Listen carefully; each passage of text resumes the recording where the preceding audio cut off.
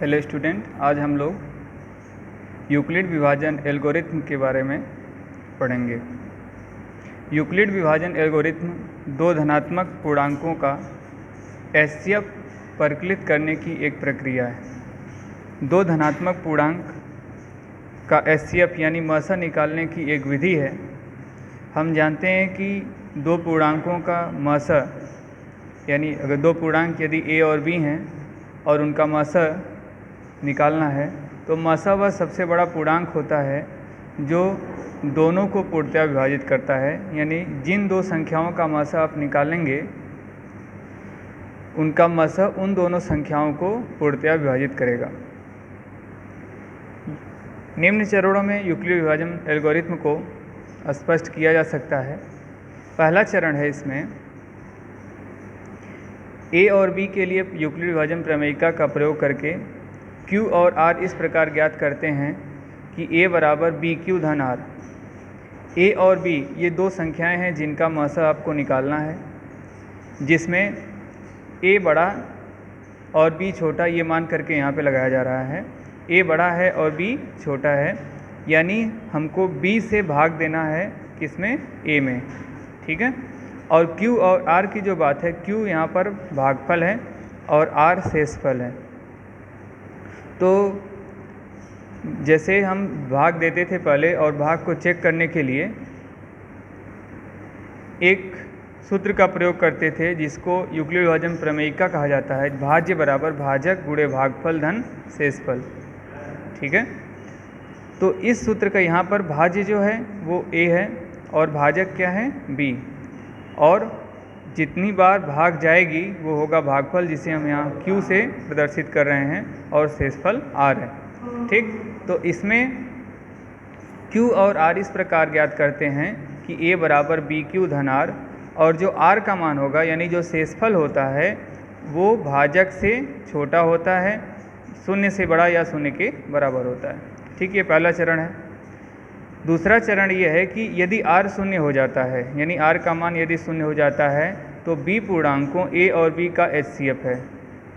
शेषफल अगर शून्य आ गया तो जिससे हम भाग देंगे यानी जो हमारा भाजक होगा वही A और B का क्या हो जाएगा, एचसीएफ हो जाएगा। लेकिन यदि R शून्य नहीं आता है, मतलब शेषफल यदि शून्य नहीं आता है, तो इस प्रक्रिया को आगे बढ़ा देते हैं। यूक्लिड विभाजन प्रमेयिका का प्रयोग फिर किया जाता है और इस प्रक्रिया को तब तक जारी रखते हैं जब तक कि शेषफल शून्य न हो जाए, और इस स्थिति में प्राप्त भाजक ही अभिष्ट एचसीएफ होता है यानी मसा होता है।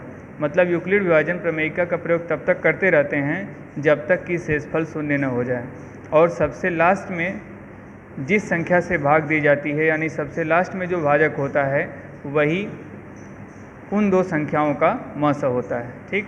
अब जैसे उदाहरण के तौर पर 130 और 420 ये दो संख्याएं ली गई हैं, इनका मसा यूक्लिड विभाजन एल्गोरिथम के द्वारा ज्ञात करना है। ठीक। आप जानते हैं कि भाज्य बराबर भाजक गुणे भागफल धन शेषफल होता है। भाज्य यहाँ पर A और भाजक B, भागफल को Q और शेषफल को R से दिखाया गया है। देखिए हम भाग देते हैं, भाग विधि से आप मसा निकालना जानते हैं तो भाग विधि से देखिए, और उसको फिर यूक्लिड विभाजन एल्गोरिथम से कैसे लिखा जाएगा वो भी बताते हैं। 130 है, 420 है, यहाँ पर 3 बार जाएगा, 390 आ गया, 30 शेषफल बच गया। ठीक है। तो अब यहाँ पर भाजक क्या है, 130 है और भाज्य है 420, तो लिखेंगे 420 बराबर 130 गुणे 3 और धन हो जाएगा 30।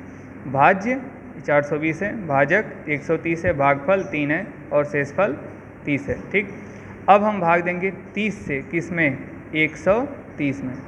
ठीक। 130 में 30 से भाग देंगे तो यहाँ पर 4 बार जाएगा, बचेगा कितना,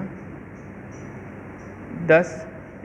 30 में 4 का गुणा करने पर 120 हो गया, 130 में से 120 जाएगा तो 10 बचेगा। अब इसको लिखेंगे, अब की बार जो है भाजक 30 है, भाज्य 130 है, भागफल 4 है और शेषफल 10 है, तो इसको लिखेंगे 130 बराबर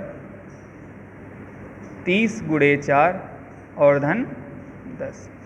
अब शेषफल 10 आ गया। अब फिर भाग देना है किस में, 30 में। ठीक है। तो 10 त्रिके 30, शेषफल कितना आ गया, 0।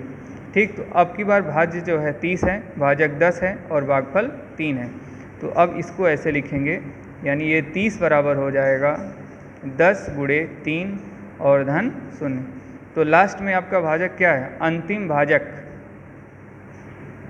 अंतिम भाजक यह क्या है? 10 है, इसलिए 420 व 130 का मस क्या होगा? 10 होगा। ठीक है, तो इस तरह से यूक्लिड विभाजन